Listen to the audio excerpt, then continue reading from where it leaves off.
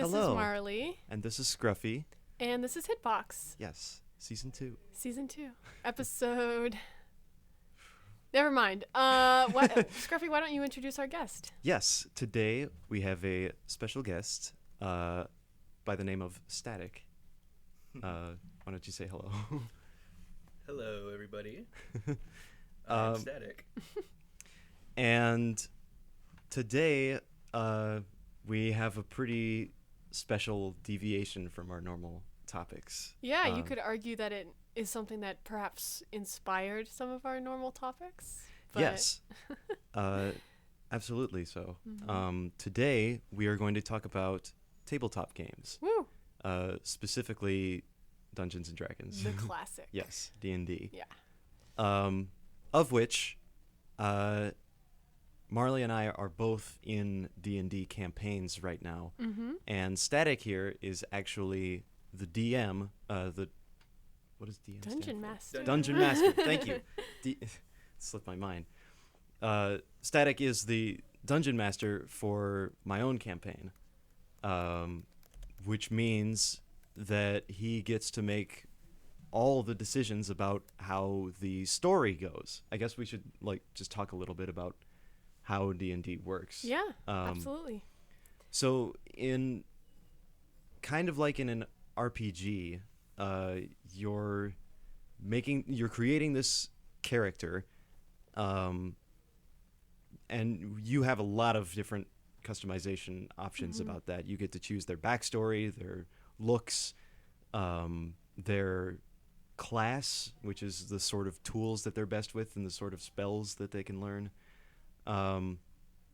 And you get to experience a story with a group of other people who have other characters.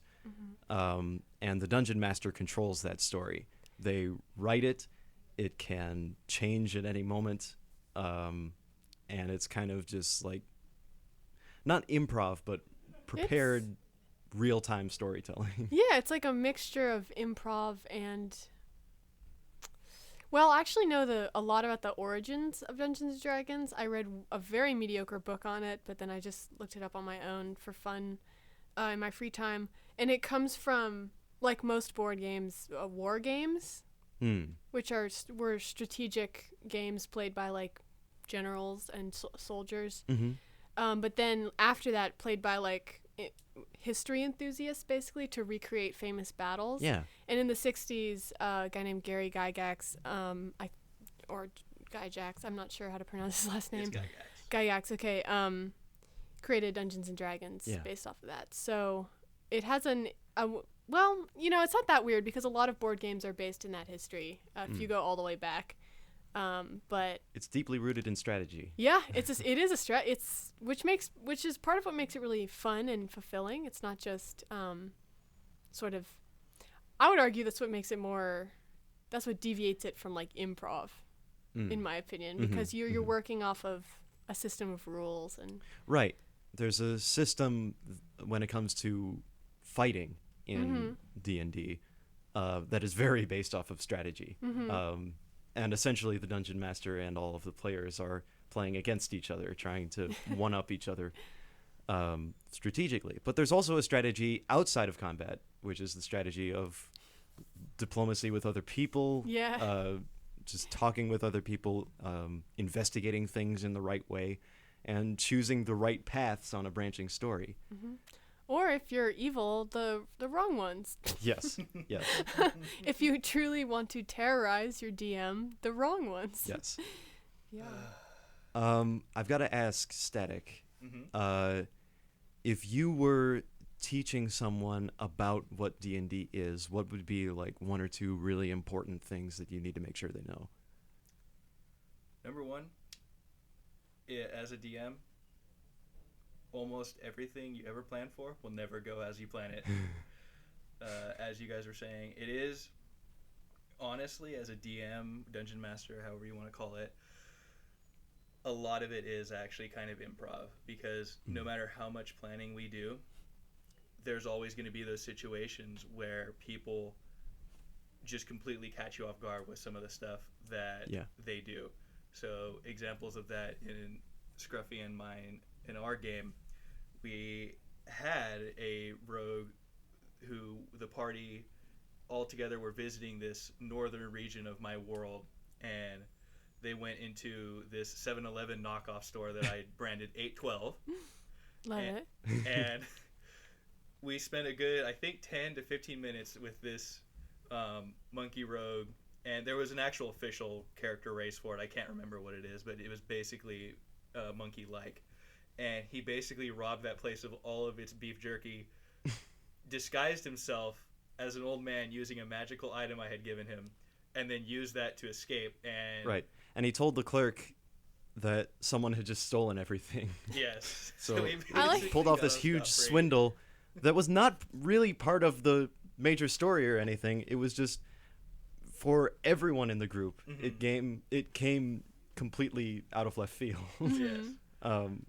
And sometimes you Yeah. just have surprise moments like that you just run with. Yeah, I was briefly a DM for a Pathfinder campaign, which is similar to D&D. It's another tabletop game based in like a high fantasy world. Mm-hmm.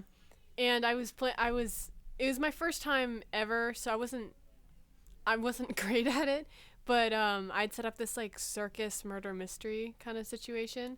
And I was playing with 4 really good friends, but oh man, they made it very difficult for me.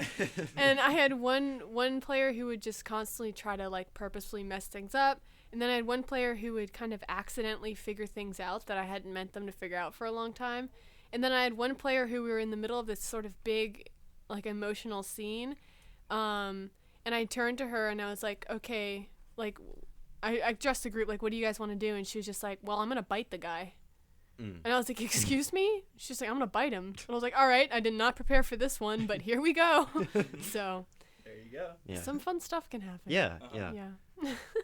Yeah. Just since this is a video game podcast, I wanted to bring Yeah. up, like, ever since I joined this campaign, I found it interesting how this works as a game, where you have someone that is essentially programming the game and writing it. But unlike a game, you can exploit things that the person writing it would have never thought of. And, well, like, unlike a game that would just glitch out and prevent you from playing any further, there's actually a person there who's, like, adjusting that Yeah, and yeah. rewriting the code of this story to suit whatever crazy notion you just came up with. I honestly think the most similar game I can think of to that is like Sims, if you're taking the role of the GM. Yeah. Because your Sims do have, well, you can delete their autonomy, but, you know. Yeah. Have you ever played a game that's similar to D&D? Like, do you have any that you would recommend as similar to D&D? I would say pretty much old school Diablo. Diablo, or even the original Dungeon Siege game are pretty. I wouldn't say that they're. I would say that they're like D&D, and that the fact that they're also somewhat high fantasy. Diablo being more dark high fantasy in terms of just its overall culture and like what its mythos is.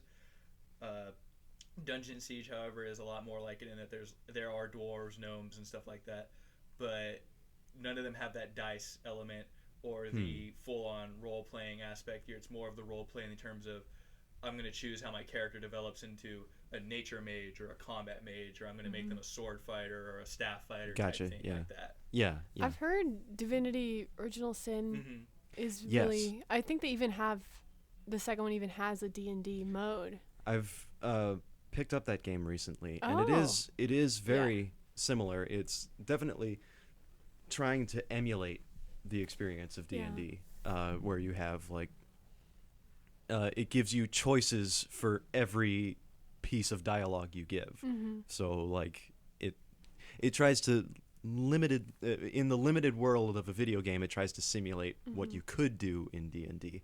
And similar to D&D, I should also explain this: the combat and how well you do in it are based in turns, and they are based off of dice rolls. They're based off of random numbers. Yeah. Which is the same way it works in actual real life D&D. Mm-hmm. You roll a die and you take that number and you perform some sort of algorithm to figure out like how much damage you deal or whether an attack even hits.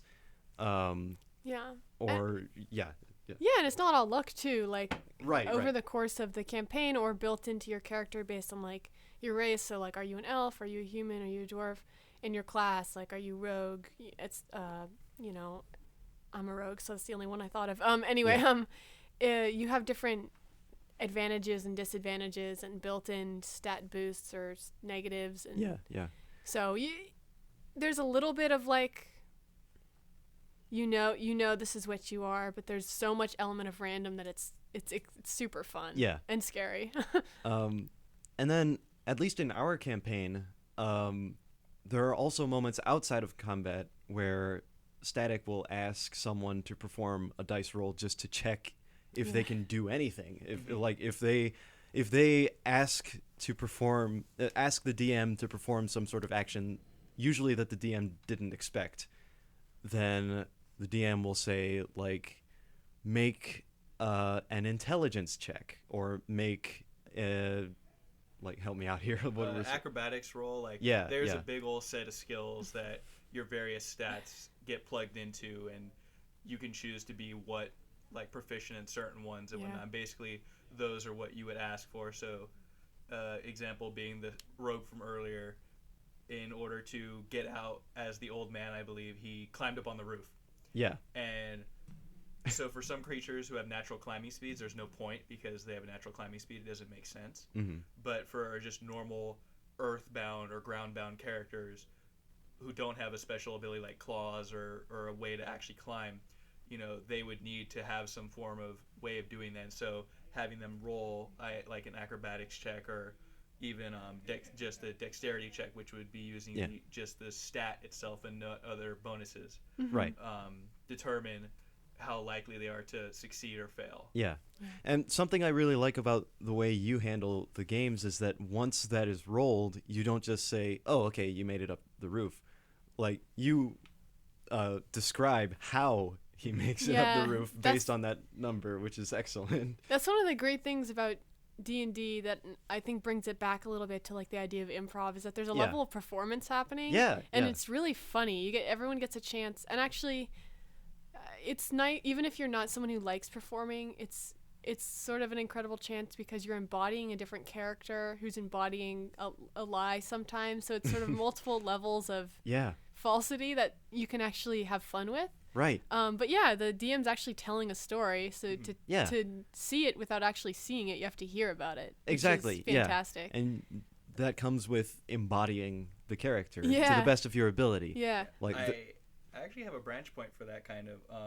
So one of the stats in D&D that your character gets is charisma, and that plugs into a multitude of different skills that affect the game. So there's deception, persuasion, a couple other ones. I need to butt in there that I just need to admit that I have put a lot into persuasion because I realized that you made a lot of checks for persuasion when we're talking with people. So I was like, maybe I could be more persuasive. Yeah. So one thing that every DM that kind of wants to up their game, I believe, should do is one thing you'll always kind of see is people just, I make a persuasion check.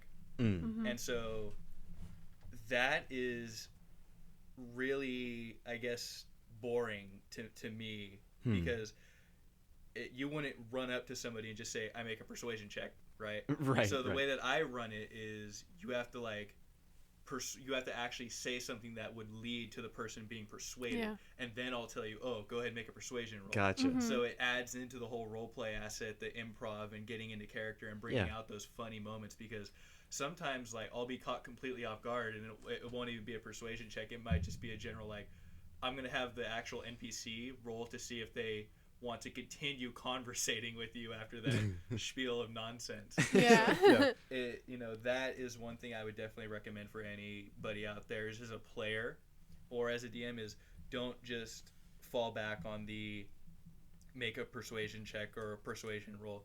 Try and bring out the inner role play of yourself. And obviously it's going to be harder for some people because some people are shy or they're more reserved. But do it bit by bit. It doesn't have to be immediate. You don't have to go from being this really kind of in your shell kind of person to blurting out. There's all our own levels of comfortability and what we want to get out of D&D, and that kind of goes on to a different point of knowing what your play group is and what they want out of the experience. Yeah, one of my favorite parts of a D&D is just the ability or the chance to be somebody else for 4 hours, which I think is not something you would immediately think of as a good thing, but it's such a like break from the real world in a way that sometimes for me video games aren't, because in video games on some level there's sort of a veneer. Well, there's a literal screen between you and the story. Yeah, and you're holding a controller to communicate with them. Yeah, no matter how immersive I feel in a game, there's always some level of disconnect or dissociation from the character I'm playing, even if I created them. But when you're physically saying the actions or performing them, or you're in the moment interacting with another human being, it really does enter this sort of next level of escapism. Right. Escapism sometimes is used as a negative, especially when people are thinking of like D&D. But I think it's a super valuable, like, cathartic thing for people to do. And maybe their thing isn't D&D, but I think it's worth trying for people who've never thought of themselves as someone who would enjoy it. Right. Because of that reason. You never know how much you want it to be someone else for 4 hours until you're someone else for 4 hours. One thing that I've found very valuable about playing D&D we've played it for several months now, and that's partly because we schedule it every Sunday, but it's been going on for a while now, and one thing I've started to notice is that the character that I've been playing has been growing, has been developing, because they're on this like cinematic sort of journey. Of course they're going to experience some growth unless they were like an extra, or just a third party character.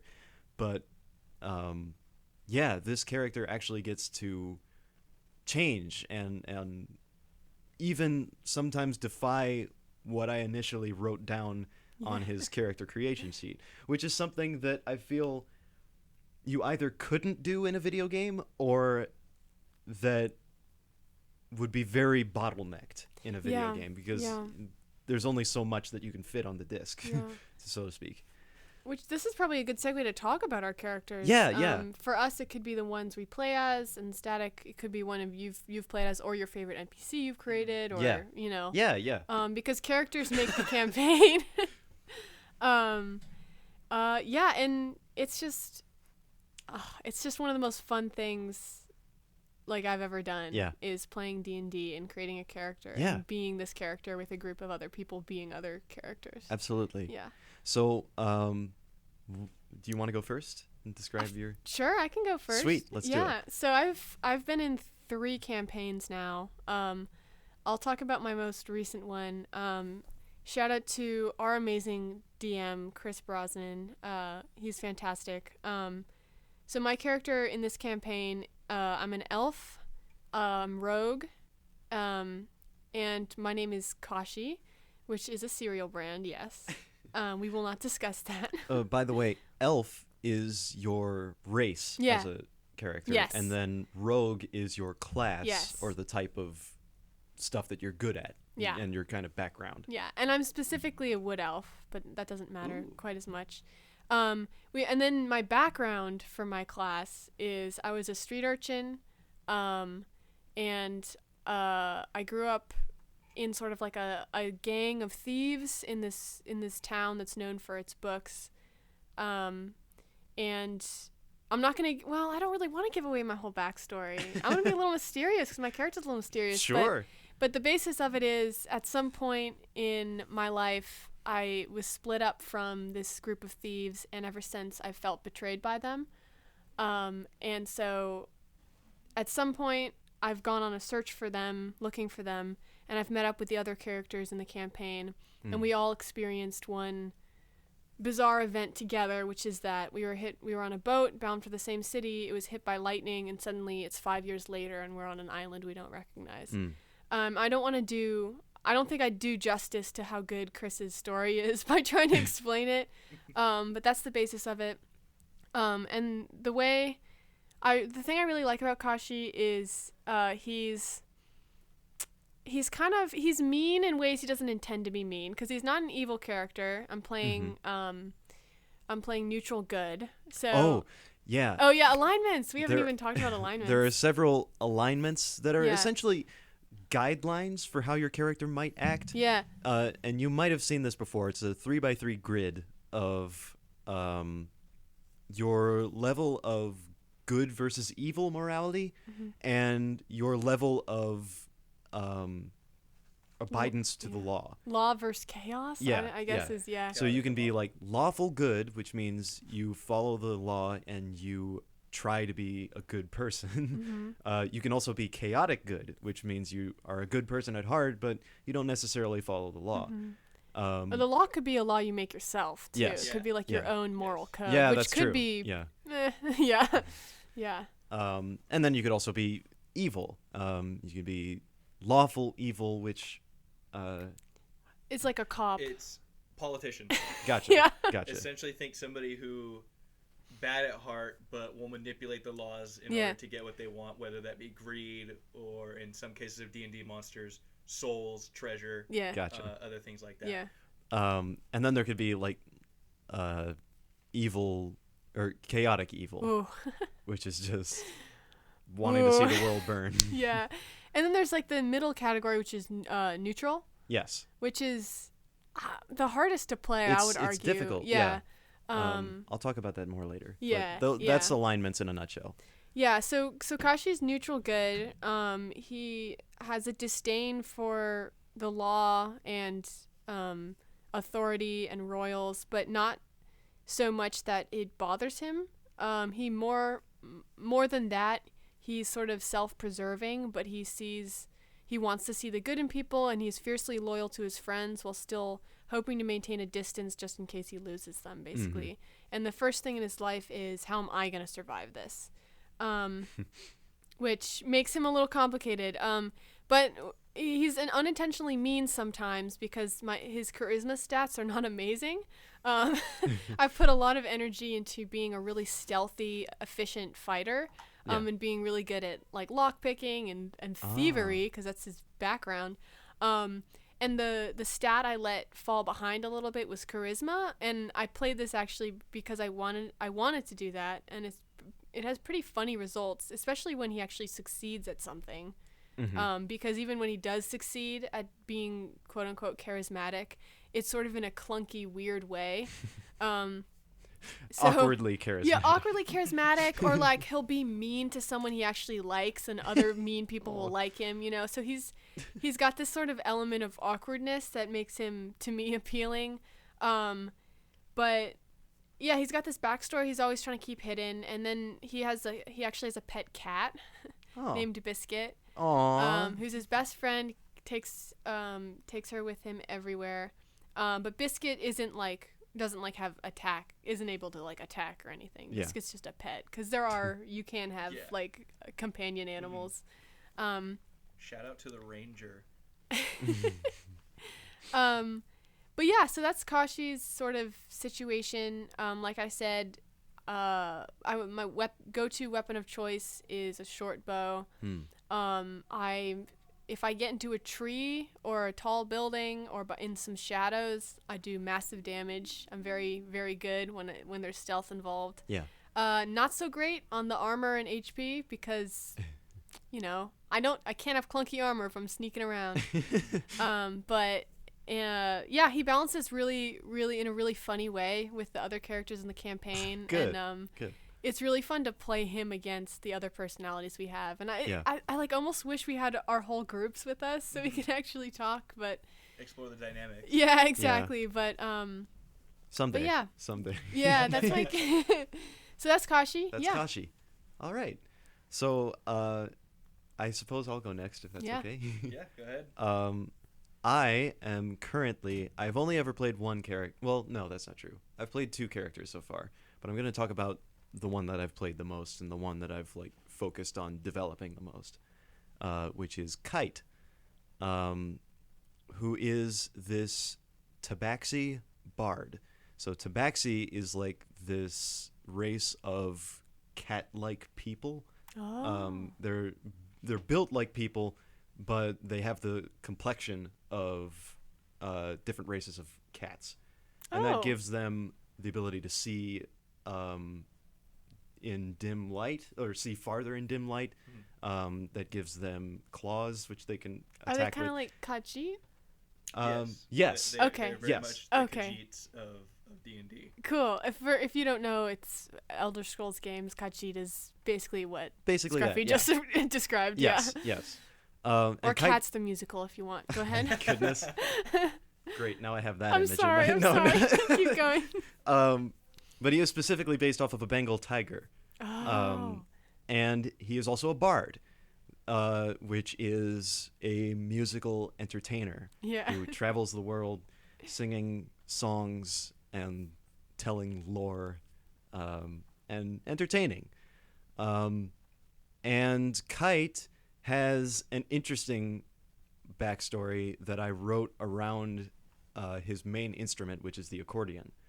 And I chose accordion partly because I really enjoyed it, partly because I really enjoy accordion music, partly because I really enjoyed Breath of the Wild, I was gonna which say. had a really great bard character in it, Yeah. and partly because I actually had an accordion, access to an accordion at the time, and when I introduced the character, I was able to play a song.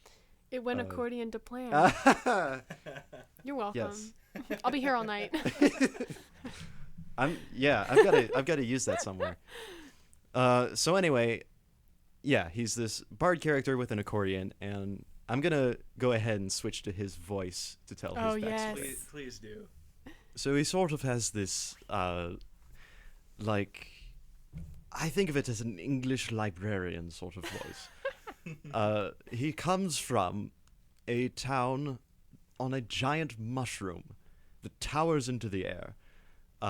So it's rather separated from the rest of the world. So the news comes kind of slowly, but we are a rather bookish society. We have a grand library there. And my family has been a musical family, for the most part. My parents were a bit iffy about it, but my grandfather, he was a great bard, and he passed down his accordion to me. He wanted me to learn how to be a great bard like him, and when he died, I received a vision, actually, in my dreams from him, telling me that this is my destiny. This is required of me to search the world for all the songs that are going extinct, that are near extinction, and to preserve them, to save them from being lost forever. This was my calling. I was to learn them on accordion and write them down if I could. I started at it pretty casually, because my character was a true neutral character. They didn't really care about the morality of their actions. They were just trying to get by, and they were a rather shy character, because, well, that comes from me actually being a pretty shy person. But he started to venture out from town, just explore around the area. About a month, I'd say, had passed, and he had learned no new songs. And suddenly he receives word that his parents had both suffered a freak accident of falling off the side of the mushroom. Oh no. No room on the mushroom? That's, yes, no room on the mush. Just Ding. and suddenly he believes that he has actually been cursed with this destiny. That the accordion that he's carrying is somehow imbued with the impatience of his grandfather, and that if he doesn't learn all of these songs, then his grandfather is just going to inflict more chaos on his life. So he becomes this kind of like desperate character who's just searching for a place to settle down and start actually completing his job. Oh, that's great. And he's heading for this town called Paradise, which is just a beachside, a pleasant beachside city where he can kind of get away from it all and take a deep breath and start over. And he encounters the rest of the group this way. And suddenly, I realize that there's a higher calling here. Yes, I seem to be bound by this curse, but at the same time, I'm kind of only thinking about myself. You know, I'm only trying to just learn these songs, appease my ghost of my grandfather, and survive without inflicting any more chaos. But it isn't long before he starts to align with the ideals of this ragtag group that I'm joining, who started out just, giving me some rations and taking me to Paradise, but then Paradise ends up being, that whole thing ends up going awry. There's a bunch of orcs that attack. And I end up, Kite, there was a moment where Kite ends up deciding to go along with this group and go through with their mission and kind of defy the accordion. That happens with Kashi too. I like this common shared element we have. Yeah. Of you know what? I like you guys. Yeah. And maybe that comes from his true neutral nature. He just decides, you know what? I'd like to go with this more noble cause, I suppose. But eventually I feel that his alignment started to shift. He started to become more of a good person. And eventually he became an extremely brave character. And I've really enjoyed getting to play that, and I don't think I would have if he started out just really brash and able to learn songs on the fly. I'm glad that he kind of started out a skittish character and then learned to be brave, especially by getting his butt kicked in combat, because he is not a strong character. He relies on spells that he casts by playing songs on his accordion, which is cool because most spells usually require some materials to cast. But if you could substitute a focus object, and in this case it's the accordion. So at some point I need to write out all of the songs that he uses to play spells. I'd really like to do that. Just have a songbook for the magic of Kite. Yeah, I have trouble with spells. I've played a character once that was magic based, and I respect people like you who really lean into it, and I just can never. I always choose weapons over spells. I like the choice of all the effects that spells can have. Yeah. And also another difference is that my highest stat is charisma, because Kite is a performer at heart. He's destined to entertain, so he has to be willing, or he has to be able to not only entertain but persuade and encourage and deceive at times. I would love to see our two characters interact. That would be amazing. That'd be really funny. We should. I guess we could do that now, but let's Static talk a little bit. So, how about Static? What is your favorite? Since you've been a DM, either playable character or NPC, what's one of your highlights? So, you mind if I do two? Oh yeah, go ahead. Okay, so I want to do my player character. So I am actually playing in a campaign of my own. It is being ran by one of my friends who I ran my IRL games for, not the Roll20 that's Scruffy and I play on. Roll20 is a website for hosting D&D games, by the way. Yeah. So he put together his own campaign. It's a somewhat modernistic setting of D&D rather than the high fantasy. The fantasy races are all still there, but it's set in a more the era of technology of the Great Depression. The automobile, electricity, somewhat. Basically the Roaring 20s sort of. Yeah. Essentially, yeah. And so his setting for this is the main setting that we're currently at is this big island city called Neonova, and it's filled by this resource called electrumnite that's diversified into these different colors. It's basically like an ore that, depending on the color, like is the grade of the ore essentially, and like how potent it is for its energy source. Okay. And so I play this character called Remiel Zeph. He is a sorcerer from a coastal town, and his reason for journeying is, as I want to say, probably as a young teenager, probably like 14, his entire village was caught up in this big coastal typhoon tropical storm that really, since they're a coastal town, they're used to having, you know, little storms and tornadoes, just the nature of being coast. Shout out to Florida. And so they're used to it, but this one was much stronger than anything they had ever had. And when he woke up, everything, the entire village was like destroyed. You know, the typical kind of hurricane scene where wooden boards all over covering debris, everything, people trapped underneath.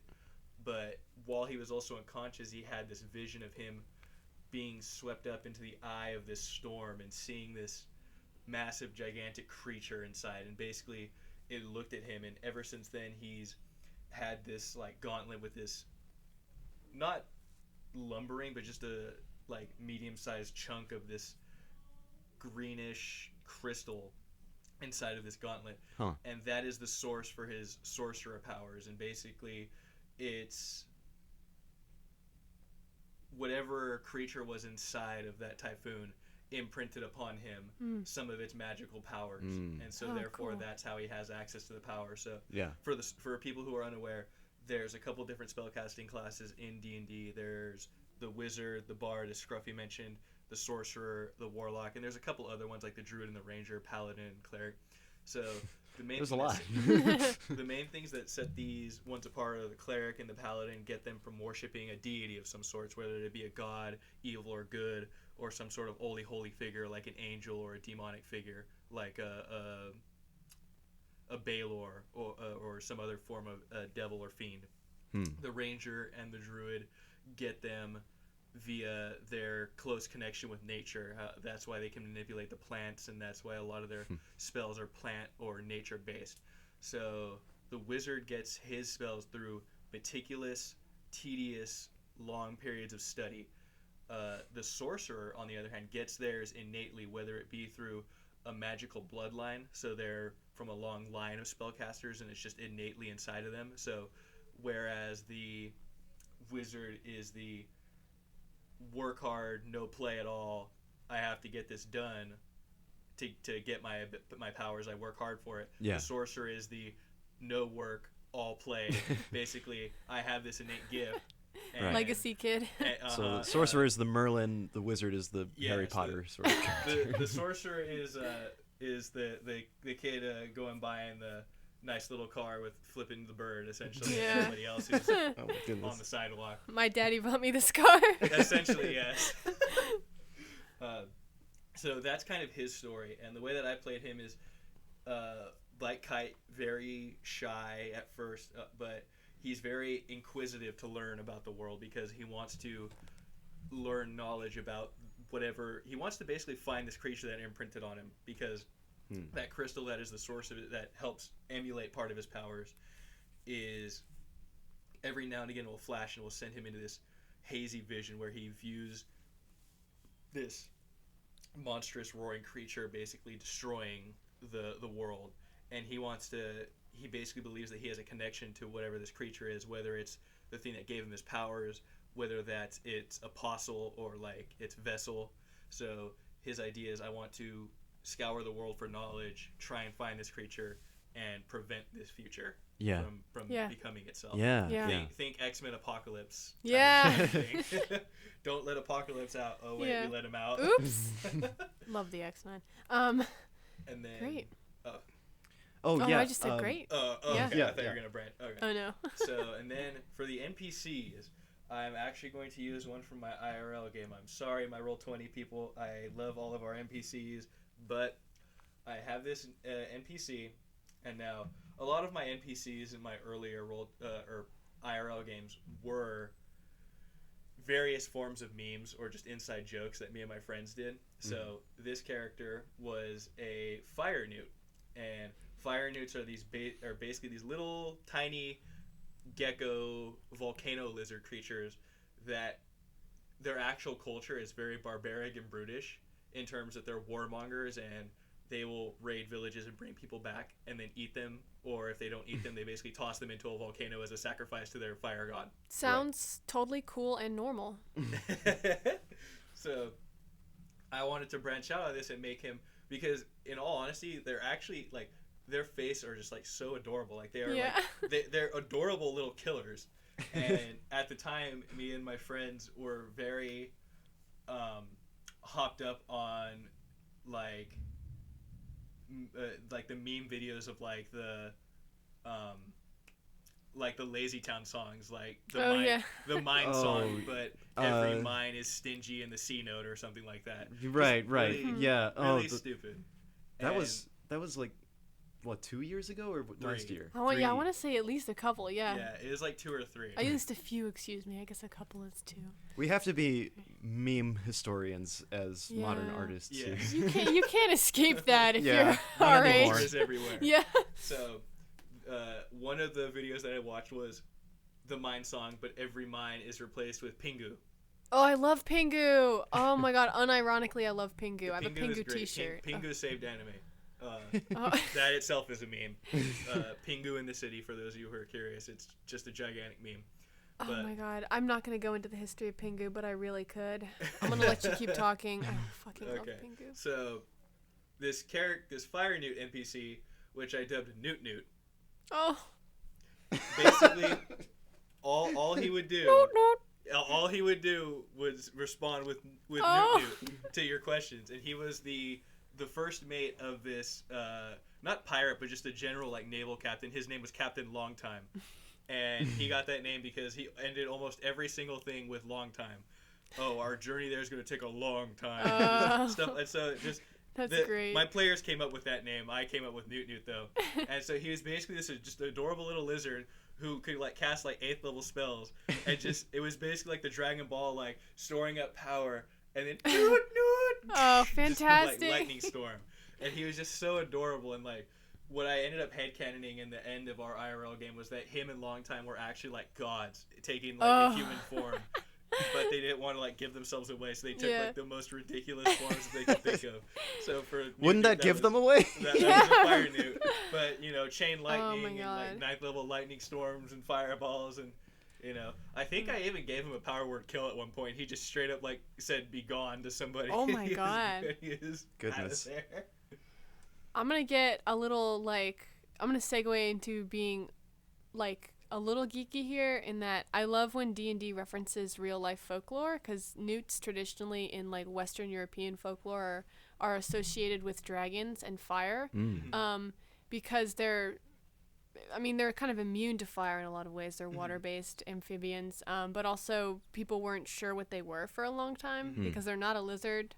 They're not, it's a complicated sort of mythological figure. In a lot of different cultures, they exist in most countries and most continents. They're one of my favorite animals, which is why I know this. But anyway, but yeah, that's a fun.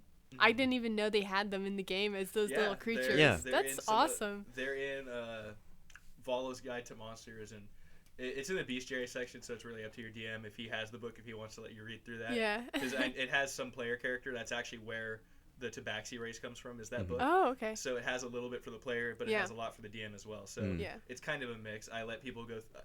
I let my players go through the bestiary books IRL on our Roll20 game. I can't, because Roll20, in order to access the printed materials, you have to rebuy them. So it's it's a little bit. Well, you've still given us some supplementary materials to look over other options that aren't included in the base D&D rulebook. Like, for example, I've also played a bug folk character. Oh my gosh! So Just talk to Mandy. yeah. It was literally just a beetle. Wow. A beetle that was 1.5 feet tall, and his name is Bill. Bill. Yes. Bill. I love Bill. I want to hear more. Bill.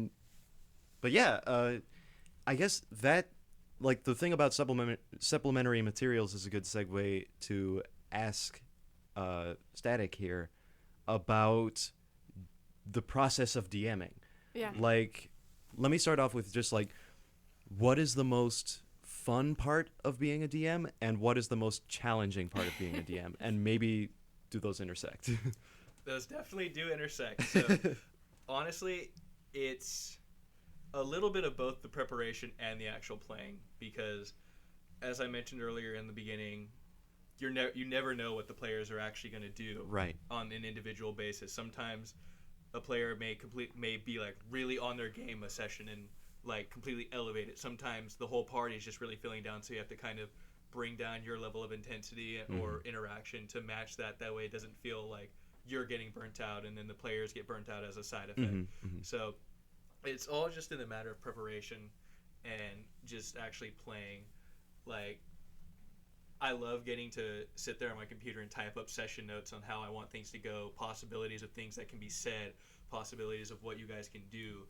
Like, there's a really great video from Matt Mercer, who is the Dungeon Master for Critical Role. He's probably one of the best examples of a Dungeon Master. He's one of the persons that I modeled myself after, that goes over, like, what you want to do just in general, even behind your DM screen, just what you want to have ready.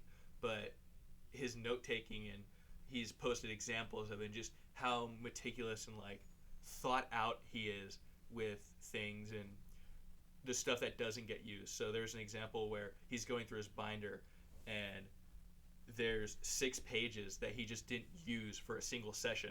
Wow. And so the general rule that he and I kind of share is that every session of notes should generally be around in 45 minutes to an hour of actually playing. So he essentially, for one session, had 6 pages that were all about an hour in length each that he just didn't use because they weren't relevant because of what the players did. Holy cow. That's like writing for TV. Yeah. Like, it's really intensive. That's why, like, I know it kind of sounds like, I guess, dickish. Like, I try not to really invest myself in writing a lot unless I know for sure that it's going to be utilized, not necessarily everything, but just a majority of it.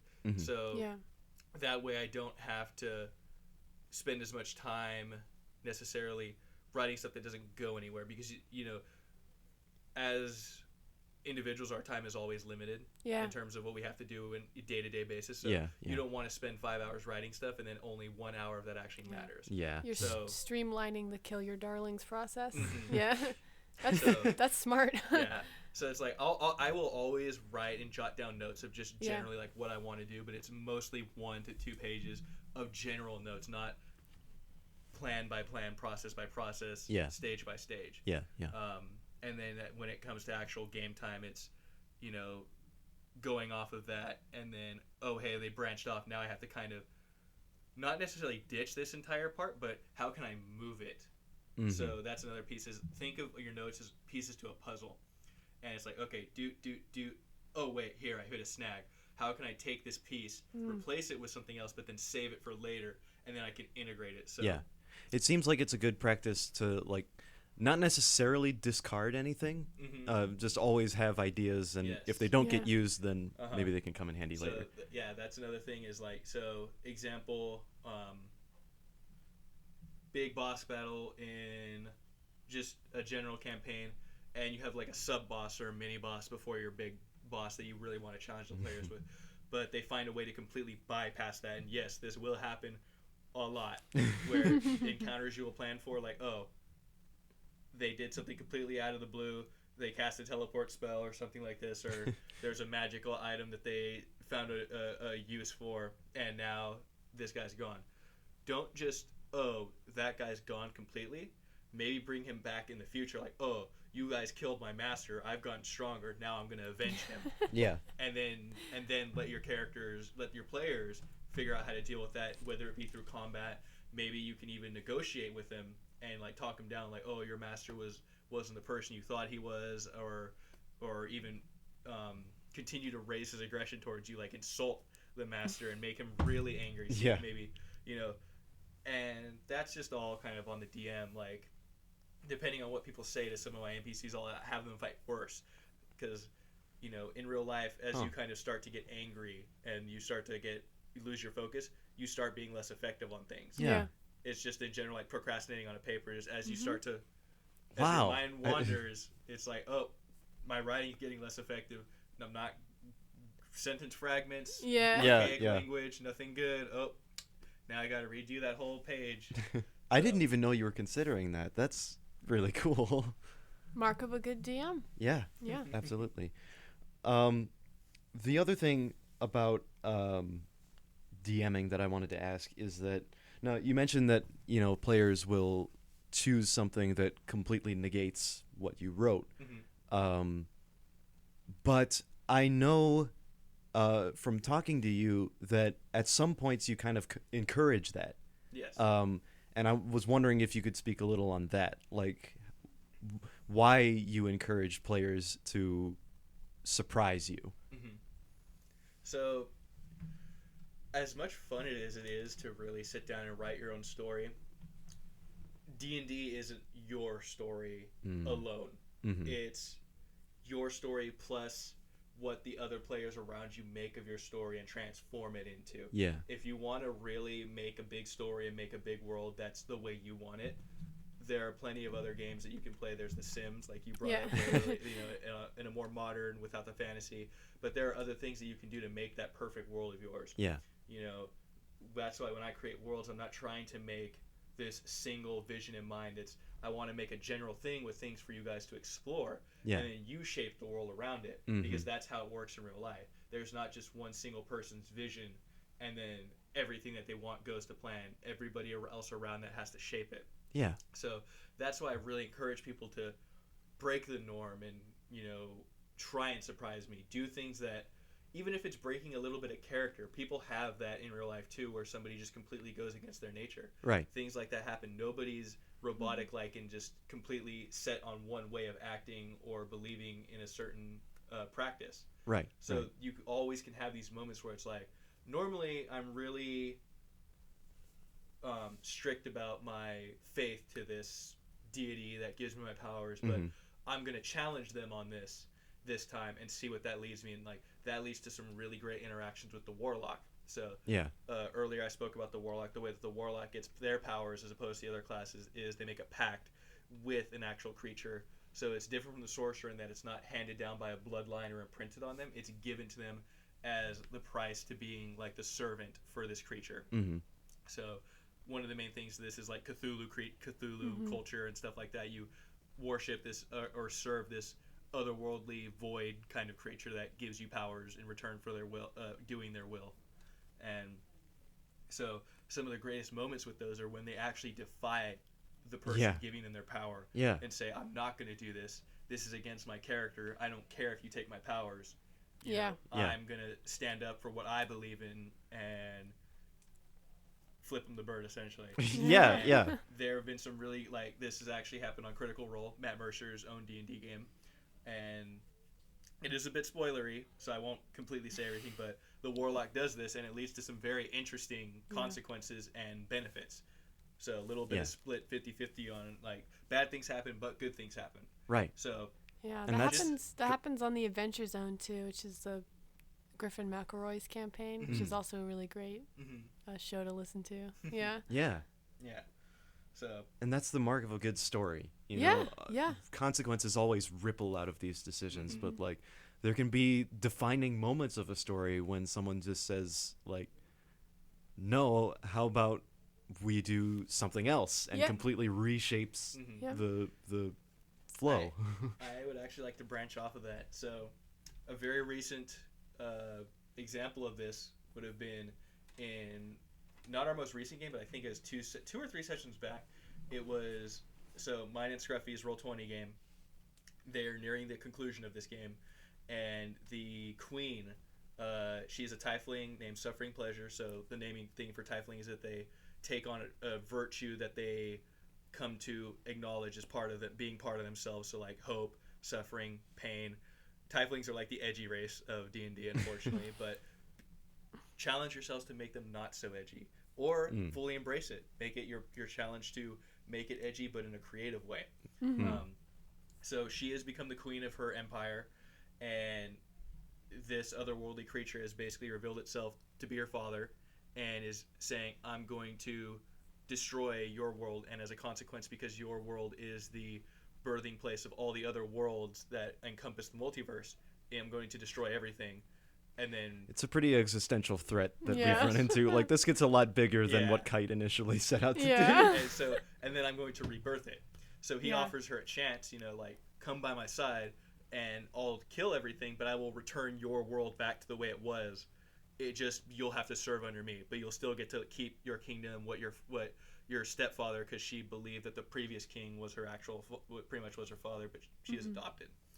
And there was a really big turning point between her and her wife Oriel, where they met with each other, and Suffering was going to go with her father, and Oriel was basically begging her not to do it. But there was a point where Oriel really contemplated going with Suffering, and had that happened, it probably would have been the actual end of the campaign. Right. Wow. Because I don't think, from a full-on party standpoint, I really think that loss would have severely crippled you guys and probably led to the entire kingdom falling apart. Yeah, I don't think we would have recovered if we Yeah. lost the character Ariel. But that's the beauty of D&D, you know? Yeah. It's a story we're all telling together, for better, Right. for worse. Right. We're running out of time, unfortunately. But I'd love to keep talking. I know, especially about this stuff, and like we just get to the interesting parts about like the Right, the right. creative choices we're Yes. making. Shout out, Dan. Yes. Something I wanna end on for myself is D&D was incredibly important for me 2 years ago when I was invited to join this campaign with my friends. In that I didn't really have a community here at CalArts before, I guess these people found me. And then, later I joined a club and, things went on from there. But it was sort of my first chance to make friends who I've really felt like I had a connection to. And I think D&D is really beautiful because it links you with people in a way that isn't just sort of surface. We're interested in the same stuff. We went to the same place at the same time. It's sort of bringing you together with people on the basis of we're completing a goal together, but we're also experiencing something together and getting through something together. And I don't know, I'm really grateful for D&D and the fact that it gave me, 5 or 6 of the best friends I'll ever have in my life. Yeah. And I think it does that for a lot of people, which is why I encourage everyone to try it. Yeah. Yeah. It's absolutely worth a try. Yeah. And yeah, unfortunately we have gotten to the end of our time, but thank you very much to Static for Yeah, being thank our you, guest Static. today. Yeah, no problem. Fantastic. Bringing your wisdoms as a Yes. dungeon master. No problem. I'm glad you guys had me on. Yeah. Yeah. And thanks to the group that I'm with for making it an excellent D&D session every Sunday, and just telling an amazing story, all Yeah. of us together. I look forward to our conclusion, Scruffy. Yes. this Sunday. The conclusion is this Sunday, and I'm a bit nervous about it because, as we said, it's a pretty huge threat to Yeah. that's kind of emerged. It just kept escalating. The last few sessions just kept escalating. Kasha's just trying not to die, to be Yeah, honest. yeah. But yeah, thank you very much Yeah. for listening to this unorthodox but Yeah. very fun episode of Hitbox. And next week will be our last episode of season 2, part 1. Yes. So this will be the last episode where I am a co-host. Yeah. But Scruffy will be coming back in the future. We're not gonna lose him forever. I'm so looking very forward to it. yeah. So and then when we come back after a short winter break, co-host Mandy will be back, which is gonna be super fun for all of us. Yes. Can't wait to see them. Very excited to see them again. Yeah. But yeah, thank you for listening. Thank Thank you for your continued support, and thank you, Static, for coming on the show. Yeah, like I said, no problem. Always happy to talk D&D. Woo! Absolutely love the game. All right. With that, I think we're going to go back to this royalty-free music to Yeah. sign us off. So thanks again for listening, and have a good one. Yeah.